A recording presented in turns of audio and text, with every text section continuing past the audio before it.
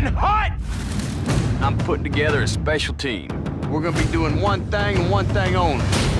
Killing Nazis. Sound good? Yes, sir! When you look back 16 years ago and you see that first collaboration with Tarantino and you look at yourself laying on that couch in True Romance, and then you fast forward 16 years, what does that time mean, that space in between? Do you see a different person when you look back? Well, sure. I mean, I haven't even thought about it. I kind of figured I'd add it all up when I was done with it. But it was old and gray. But I don't know. Sure, much has changed. I was starting out then and figuring out some direction. And this one seems to be, this one was more like a bit of a reward from what I felt like was somewhat tough work. Or for like I say reward because it was just so the script was just flawless. Yeah.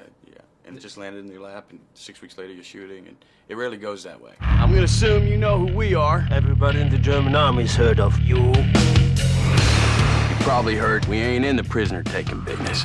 We in the killing Nazi business. And cousin, business is booming. There is a very interesting kind of benevolent evil to your character. Is it weird that I kind of like him, that he's so charming, that I'm kind of just drawn into him? No, it's not weird. How do you feel about it? Well, I find it strange because his actions are so morally reprehensible, but there's something that I would just like to sit down with him over a glass of milk. Yeah. Well, it's actually, it's nice, lace it a bit, but it's okay. It's very interesting that you should say that, because sometimes, you let your morals get in your way. It would be very interesting to meet someone like that and actually, find out what kind of person he is and, converse and talk and, but very rarely can one get over one's prejudice if you know this guy is such a bad guy. Now, in this case, you don't really, that his uniform represents that, not really understanding exactly, what kind of feeling drawn to something, but not knowing. I like that because it tests my own faculties. If you ever want to eat a sauerkraut sandwich again, take your wiener schnitzel licking finger and point out on this map what I want to know. I respectfully refuse. Hey, Donnie! Guy's German here wants to die for country. Oblige him.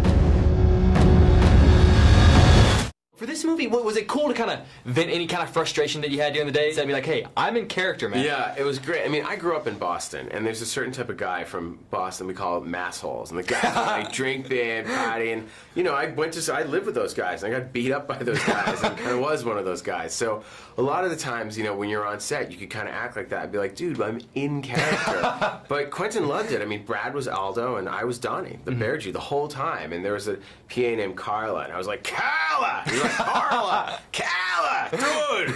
I'm wicked stabbing! You're like, Carla! Get me my latte! Like, we were always joking around, and Quentin loved it. He's like, man, I've had these guys in my head for 8 years, and now I get to hang out with them. This is so cool. So, but, the beating scenes, it was very cathartic to get that out of your system, but the truth is that when I'm filming a death scene, I get happier and happier as the day goes on. As I'm getting my shots, I go, I'm getting all the pieces, it's gonna work.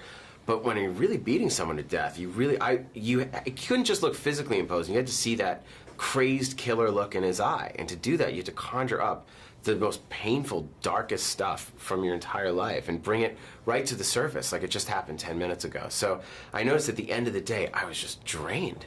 I didn't want to talk to anybody. You just wanted to crawl into a hole and die, and then you get up and do it again the next day. So certain days were fun, but on the days when I had to kill somebody, it was really, really much more intense than I ever imagined it would be. An American Secret Service outfit lives deep behind enemy lines. The Germans call them the Bastards. These Yanks have been them the devil. Well, we're all tickled to hear you say that. Now, was there ever a moment that happened on set that you thought to yourself, this could happen nowhere else but a Quentin Tarantino set? Oh, yeah. Many moments, from really absurd moments where you're bloodied and your leg gets stuck to a table for 20 minutes with fake movie blood, or having the dummy being carted in with the huge knife in the back of his neck. Like, just every day is a little surreal. Well, when you're laying on that table, do you ever think to yourself, you're covered in blood and you're in a Quentin Tarantino movie and Brad Pitt is sticking, his finger. Is there ever that moment where you think, this is pretty cool. Because, I mean, that would just be the most surreal experience, I think. Yeah, I mean, it was pretty much like, this couldn't get any. I just died. So I think you geeked out a little bit on set too. I mean, I'm geeking out on all these interviews. I'm a total geek. Are you kidding me? The Germans are throwing a gala premiere. In attendance will be most of the German high command. You'll rendezvous with our double agent. She'll take it from there. You're getting us in that premiere. It's suicide. What else we gonna do? Go home? Now, there's a very cool behind-the-scenes clip that I saw when Quentin's asking you guys to do a take again, and he says, "Why?" and everyone together says, "Because we love making movies." He's, you know, he's so well versed in cinema, and it's such a great love for cinema, and it's pervasive on set, and he kind of keeps that frenzy, that kinetic energy going. Does he instill it all of you guys? Because I know he also does kind of screenings for everyone and brings everyone together closer as a cast. Yeah, that was nice. He plays films for us during the week. I think that would have something to do with, you know, the upcoming week's work. You know, just something tonal that he was wanting to capture that inspired him. So what's the plan? We punch those goons out, take their machine guns, and burst in there blasting. Is that the plan? That's about it. Or not.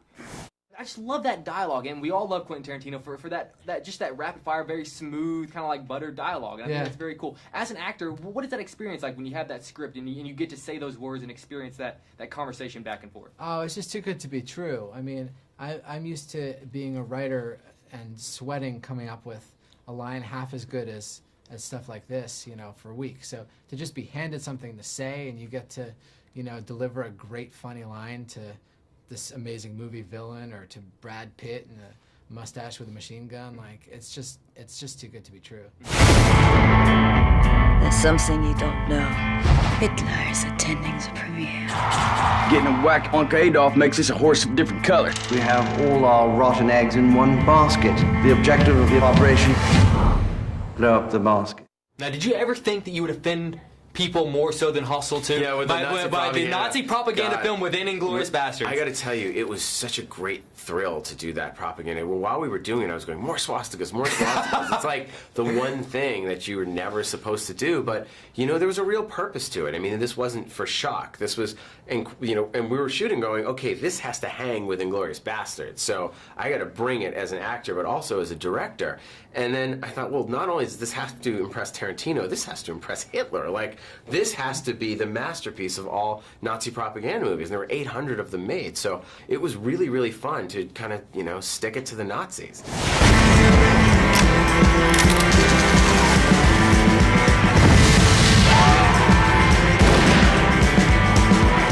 Now, I love this movie because I see it as a piece of art, not as a history lesson. And I think that is a very important line to draw between Thank you very much. Thank you very much, because I agree 100%. Is it important to you so that definition is there, Yes. so that kids don't go see this and say, oh, well, that's not right, and this isn't right?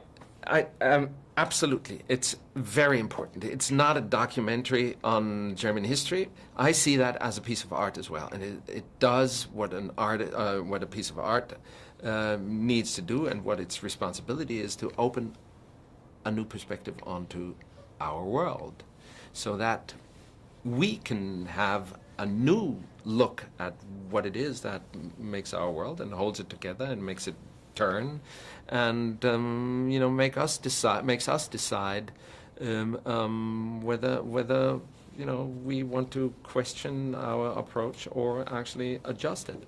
I want to give you a little something you can't take off. You're getting pretty good at that. You're now in the hands of the SS. My hands, to be exact. With who you are and your status and all that implies, do you ever feel that there's more pressure on you to disappear behind a character? No, I actually feel the opposite. I feel less pressured these days. Kind of free to go whatever. I just want to do some things that my kids will be proud of now, and it's fulfilling as for me as a level of interest, and that's kind of it. It's much simpler now. Oh, yes, yes, yes, yes.